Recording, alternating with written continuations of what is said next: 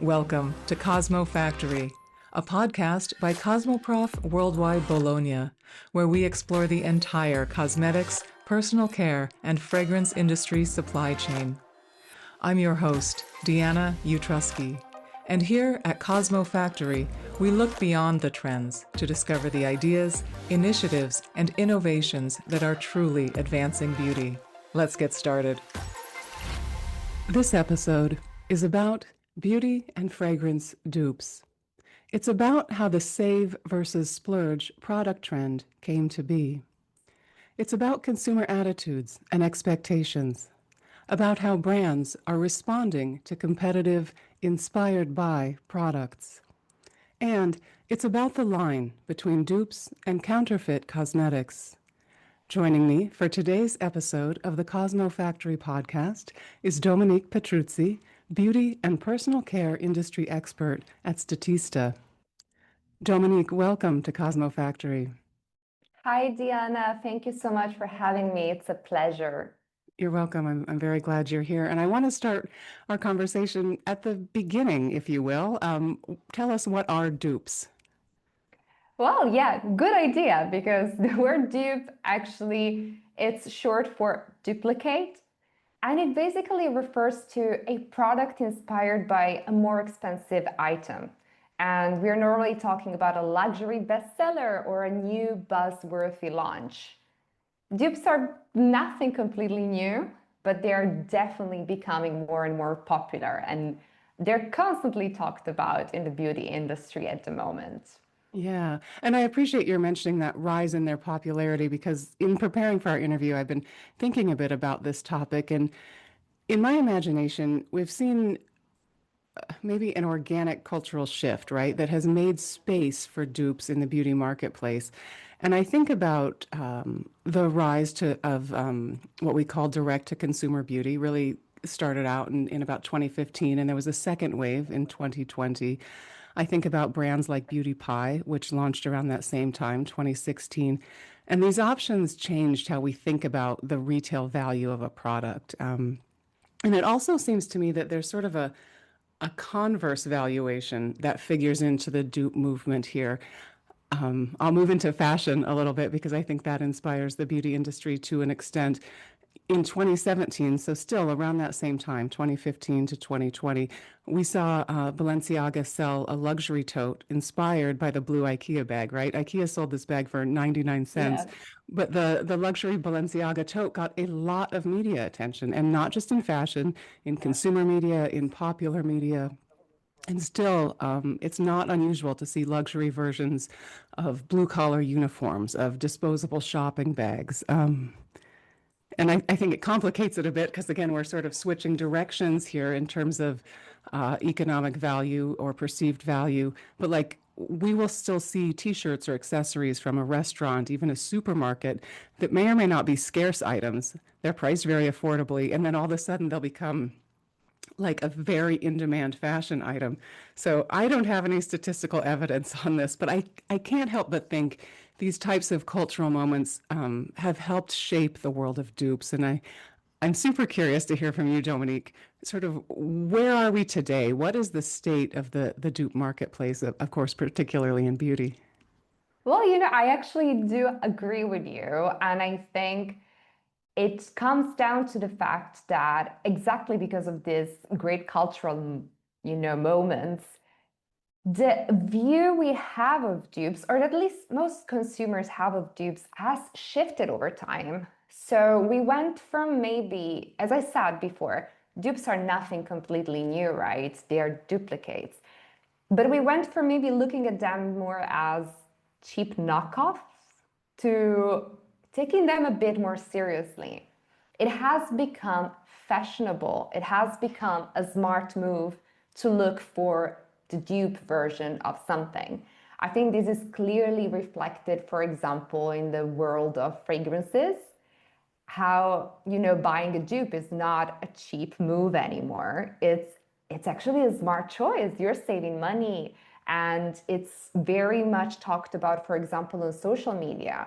That's another clear reflection of how dupes are just different to consumers right now. We have influencers that are hunting for dupes. They're looking for them. They want their followers to know about them. They just have reached a popularity and an impact that is undeniable. Even if, of course, not everybody looks at dupes the same way. So everybody has different opinions on them. Sure. And you've highlighted the fragrance category there. Are there other product categories where we see a lot of dupes, or is there some other measure you can help us think about in terms of sort of the size of the dupe business right now? Well, I think it's very important to say that of dupes is a market that it's not easily and directly measurable, or at least many parts of it. And it's quite understandable why, in a way. However, of course, especially here at Statista, we have researched the topic a lot, and we decided to ask the people, who are mainly interested in dupes, the consumers. And indeed, fragrances are the most purchased dupes in the United States, and they're followed by other categories, which are skincare and color cosmetics. It's also interesting to see, for example, you have just mentioned a lot of cultural phenomena like, that are related to fashion. And actually, apparel is, the main category for dupes when it comes to consumer interest and what they purchase. But beauty is right after it. And these are the three categories that consumers are mostly interested in: fragrances, skincare, and color cosmetics. That's very interesting. And I'm curious then, you mentioned the US market in particular, but are there other regional or maybe demographic distinctions here? Well, there are actually differences in the way dupes are perceived. Geographically, according to my findings and my research, maybe there are not extremely big differences. We have mostly analyzed three markets: the United States, Germany, and the United Kingdom. And we can see, for example, that consumers in the United States are buying more dupes than in the other countries. But at the same time, it's German consumers who believe beauty dupes are not unethical at all, if that makes sense. So it's in the US, maybe consumers might consider dupes more unethical than they do in Germany. However, the biggest difference is, I think, they are generational. It's probably the most interesting aspect of the topic because dupes are mostly a matter of younger generations, or have become a matter of younger generations. And we talked about the link to social media and influencers, so I think that kind of makes sense as well. But the data shows that it's mostly Gen Z and millennials who are purchasing dupes, or interested in purchasing them. For example, in the United States, more than 50% of Gen Z consumers stated that they had purchased beauty dupes. And over 60% believe that dupes make beauty more accessible, that they democratize it. These figures are much lower for example, Gen X or baby boomers. And there is also a difference when it comes to gender, for sure. For example, it's women who tend to buy more beauty dupes compared to male consumers. However, it's also female consumers who tend to think that dupes are not always as good as the original product. So I think this is really fascinating. There are a lot of differences, and the gap, especially the generational gap, this is a bit of a spoiler, but it might close soon over the years. Yeah. Yeah, no, that's very interesting to think about. And of course, the brands, right, that are being duped are responding to this phenomenon. It was just a couple weeks ago here on CosmoFactory. In fact, it was episode number 93. I spoke with Olaplex CEO Amanda Baldwin. She and I did not discuss dupes, but we did talk about the brand's, well-protected, patented bond repair technology. And I know a few years back, it was before Amanda joined the brand, Olaplex ran, maybe we can say, a playful campaign meant to get consumers thinking about dupes or original products. Can you just share that story with us? I mean, of course, I actually really love that story. So I think little premise, I think it's obvious that not every brand or every company loves dupes. And of course, the actions that are taken against dupes can vary. Normally, we hear a lot about lawsuits. And that happened with Olaplex too. But what Olaplex did in 2023, if I'm not mistaken, is just fighting fire with fire, but in a more playful way. So Ola Dupe number 160 was launched, and Ola Dupe was meant to be considered a dupe of Olaplex. Yeah. And it was sent to influencers. It became quickly viral online, and everybody thought they had just found the perfect dupe for Olaplex. In the hashtag gathered so many views, it was insane how popular Ola Dupe became so quickly. However, turns out that only a while later, Olaplex just revealed that all along, Ola Dupe was nothing but Olaplex number 3 hair perfector, their well-known product. And, this was just a clever marketing strategy, I would call it, to make a statement. And the statement was, it is impossible, or at least extremely difficult, to imitate their product. And I think it's one of the best ways a brand has ever reacted to dupes. And you mentioned there are, of course, other creative and strategic ways that brands are responding. You mentioned legal action, but I'm wondering if you might share some other examples how we see brands engaging with dupes. What are you noticing? Well, yeah, definitely when it comes to legal actions, there are a lot that have been taken, of course, and I mean, it does make sense. Every company decides which way to protect their brand, and sometimes this can be the best option.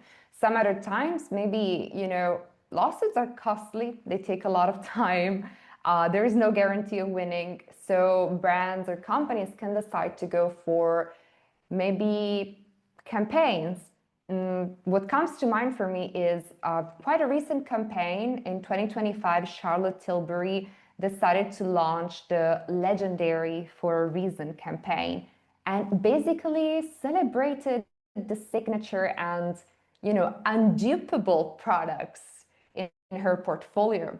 And I find that super fascinating. Of course, at the same time, Tilbury also was involved in a lawsuit.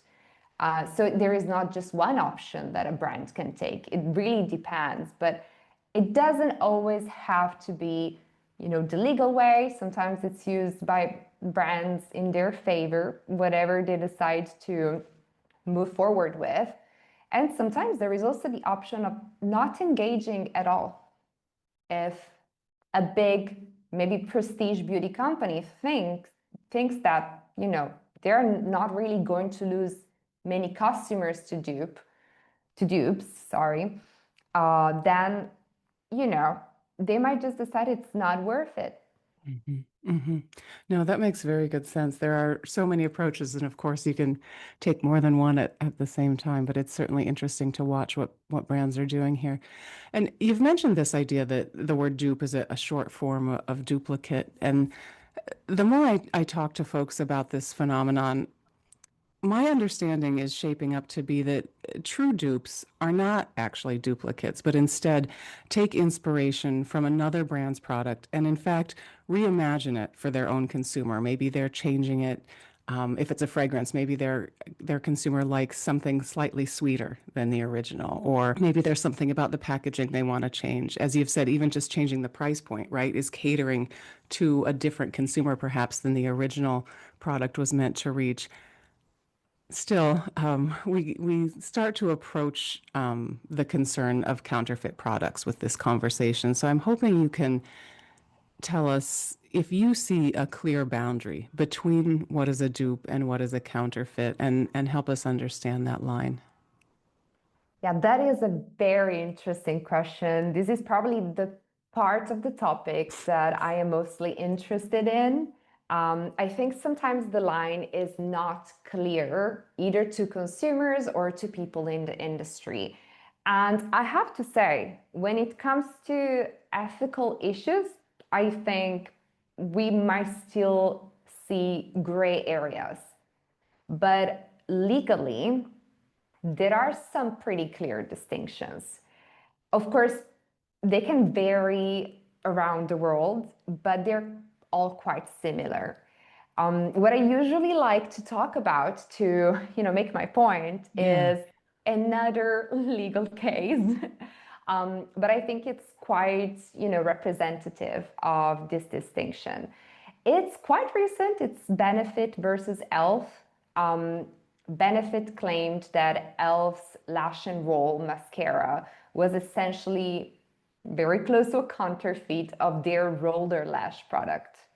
And Elf didn't really challenge the fact that roller lash was the inspiration for their own product, but they claimed that under the law, consumers would not be confused as to where the product came from. So that there was still a clear distinction who made what and so on. So I always make the example of, if I make a product and you also make a product, but yours could be easily passed off as mine, then we are very likely talking about a counterfeit. So, unlike a counterfeit, a dupe does not attempt to pass off as the original, and that is the most important point. I also agree that a lot of the times is mostly about inspiration. So, taking something that is already very popular and making maybe a minor change to target a different consumer, whether it's, fragrance or price point. But of course, that also depends on the behavior and the preferences of the duper brand. But in general, that is the biggest difference between a counterfeit and a dupe. And it's always very important to me also to bring up a topic that is that of safety.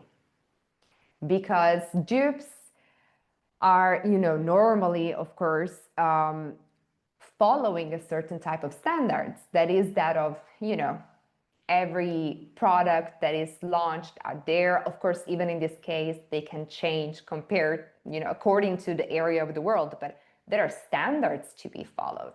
But when we talk about counterfeits that pass off as originals, we don't really know the origins of these products, and they could pose some big health risks. So generally, in terms of perception, but also just reality, really, dupes are also safer and follow different standards. That's also interesting to think about. And certainly, we're talking so much about how these products really show up in the marketplace, right? We're not even getting into, like you're suggesting now with safety and efficacy, we're not getting into the Yeah. nuances of formulation or production, regulatory issues here. But certainly that comes into play quite a lot as well. Now, I'm wondering, with the research and analysis that you do at Statista, if you can, maybe to a certain extent, plot out the future for us. Can you project where you think the dupe movement is going? Is this going to almost become its own market tier? Will it sort of just fade away? How is this going to evolve? Well, I love this question because every time I answer it, people maybe sometimes are a bit disappointed. But in all honesty, I don't think anybody can really answer that, especially because some parts of this market aren't measurable. But we can definitely analyze the signals. And I absolutely believe that there are positive signals. Until now, a lot of companies that offered low cost alternatives to more prestige products have performed very well. They even managed to, make big deals. And I don't know, I think of Elf and I think of how it acquired Hailey Bieber's Rhode. So in general, low cost alternatives are already performing well. And I can see that, this indicates that the market will continue to attract buyers. I've already mentioned it before, but yes, Gen Z and millennials are the main targets for, duper companies. However, this might slowly change. We can see new launches, new lines that are instead trying to meet the needs of older generations. We are talking about an expansion that is also, based on a demographic spectrum. So we can assume that there will be growth, there will be, just a broader use of these products. However, brands don't stop being concerned. Brands might still, definitely decide to keep on fighting this. Even if I personally think that dupes can sometimes help a brand, they can draw and direct attention to the original product. And that at the end of the day, quality, innovation, and efficacy really matters to a lot of consumers. Of course, we don't really know how legally things will evolve. It's really important to consider that if we do a SWOT analysis of the market, it isn't without threats. So the dupe market is highly dependent on a favorable legal environment, which means that just a few adverse findings, might put a pretty big dent in the industry. And lastly, I think it's also important to consider that dupes have become more popular, are now considered differently compared to the past, also because of the role of social media and influencers. We have mentioned that. If this influencer movement or just in general consumer sentiment shifts and a sort of anti-dupe movement takes over, we can also imagine that this could be very damaging. So I would say the signals are very positive, but predicting such a, let's call it market, making predictions on such a market, it's still quite risky. Yeah, okay, that's something to think about. I appreciate all of that. And Dominique, this dupes movement is one that many brands and suppliers are watching. Your insights are very much appreciated. I want to mention that you are, of course, paying attention to not only this, but many other beauty industry developments. And we should let everyone listening know that later this month in Italy at CosmoProf Worldwide Bologna, you will be part of a Cosmo Talks panel about China-based beauty brands, another exciting industry movement going on. More details on that panel and other educational programming at this year's CosmoProf and CosmoPack trade show can be found online at cosmoprof.com. And I will go ahead and put some helpful links in the show notes for listeners as well. Dominique, I thank you so much for being my guest on the CosmoFactory podcast, and I look forward to seeing you in Italy.